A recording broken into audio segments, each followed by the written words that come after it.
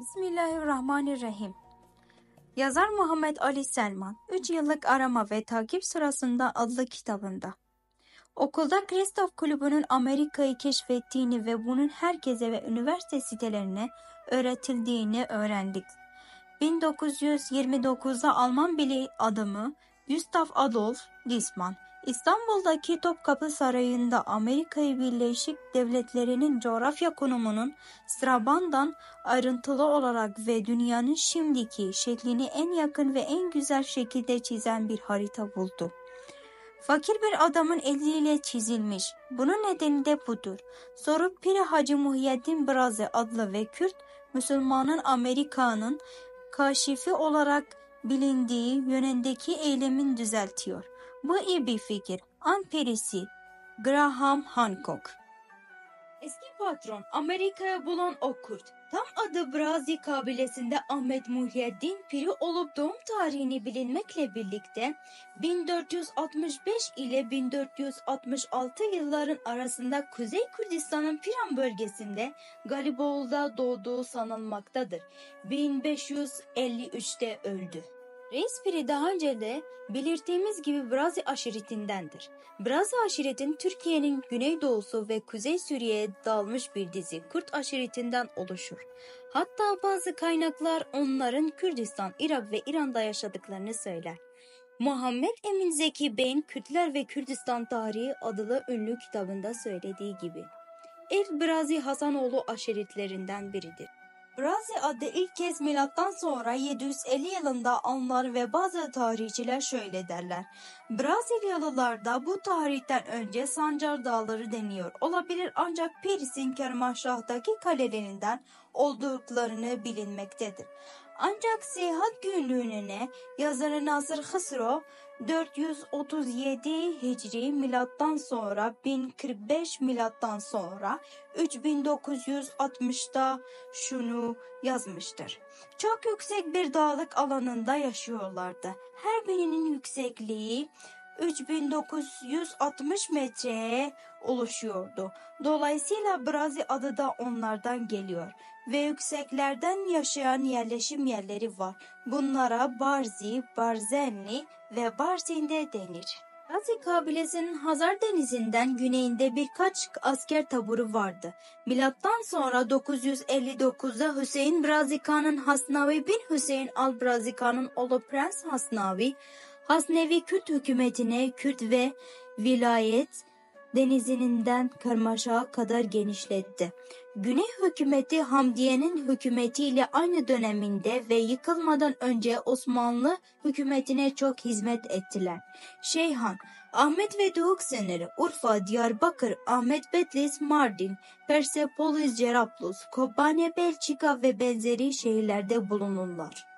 Türklerin eski patronu bırakmaya çalıştığını düşünüyoruz. Yaşlı adam kendi halkından yani Brazi'den bahsetse de Türkler hala ondan bahsediyor.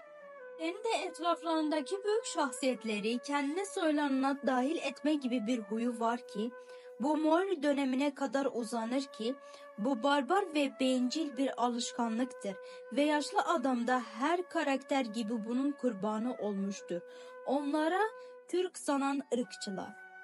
Türklerin tarihi boyunca Türklerin de katıldığı Rumi ve Şemsi, Tebrizi, Ebu Nasr Farabi, Bayezid Bastami, Ebu Hanife gibi bölgenin ünlü şahsiyetlerinden çoğunun kendilerinden ayırmaya çalışmışlar gibi hoş olmayan bir tavır içindeler. Onları Türk sanıyor. Öncelikle Türkler Osmanlı döneminde yaşadığı için Türk olduğunu söylüyor. Biz ise dünyanın her yerinde tüm Müslümanları temsil eden Osmanlı İmparatorluğu'nun Türkler tek başına yönetmediği farklı millet ve coğrafyalarda var olduğunu söylüyoruz. Araplar, Ermeniler, Ürdünler, Kürtler, Romanlılar, Yunanlılar, Macarlar ve Burgallar. Hepsi imparatorluğun egemenliğinin altında ve Kürtler de yönetmenin bir parçasıydı ya da bu şemsiyenin altında bir milletti. Dolayısıyla Osmanlı döneminde yaşamadıysa Türktür. Demek ki pek akıllıca olmaz. Sultanın ordusundaki Osmanlıların çoğu Türkçe konuşan Müslümanlar değil. Anadolu'dan bile değil. Alman kaynaklarının eski şefi hakkında yazdığı gibi konuşurlar. Yunanlılar Bulgarlar, Arnavutlar, Sırplar, Boşnaklar ve benzeri. Şef Piri'nin ismi özellikle de Piri kelimesinin onun Türk olduğunu iddiasını yanlış yansıtmaktadır. Eski kelimesinin Türkçe'de nasıl bir anlamı yoktur. Eski Türk dili ve kültüründen anlamsız bir kelimedir. İname kelimesinin kendisine Türkçe dil, Kürtçe ve Farsça denmektedir. Piramagrum, Pirman, Pirizvan, Kanipirya gibi kelimelerde pir geçen Kürt şeylerinin yer adları vardır. Kürdistan'ın güneyinde ve Kürdistan'ın doğusunda Piranşehir ve Kürdistan'ın kuzeyinde Piran ve Pirsavni, Pirzade gibi Kürt geçebelerin ve bütün bunların yanında bir de Pir Şalyar Hurrami efsanesi var. Bir Türk eğer eski bir Türkse neden kendi dilinden hiçbir temeli olmayan bir kelimeyle isim olarak kullanır? Ya da yaşlı adamın ismi veya unvanı Türkçe kökenliyse neden bu ismi veya unvanı başka bir Türk karakterine bulunmadı?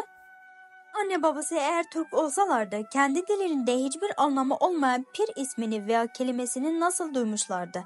Oğullarına Piri adını vermeye fikri nasıl ortaya çıktı? Veya Piri'nin Şefi Piri unvanı seçmeye nasıl karar verdi? Çünkü yaşlılığın Türkçe'de asıl olmadığını söylemiştik. Bunun yerine Piri'nin anne ve babası Kürttü ve yaşadıklarını yeri çok sevdikleri için oğullarına Piri adını verdiler. Bunun yerine artık soruyu şu şekilde değiştirmeliyiz. Kürt mü yoksa Fars mı? Çünkü her iki dilde de yaşlılığın kendine has bir anlamı var mı? Tarihe baktığımız zaman milattan sonra 15. veya 16. yüzyıllarda Reis Piri'nin yaşadığı döneminde Perslerin Savaviler, Şiiler, İmparatorluktaki Türkler, Osmanlı Sünniler, Şiir İranlılar ile mazhap savaşı içinde olduklarını görebiliriz. Osmanlı dini varoluşunun çelişkisi onun bir Pers lideri olmayacağı anlamına geldiği için yaşadı. Peki Kürtler Osmanlı İmparatorluğu'nun kalbinde mi yaşadılar? Evet mi? Molla İdris Bedriz gibi. Çünkü onlar hem Sünni Türk hem de Kürt. Yani Kürt olmak sadece yaşlı adama kalıyor.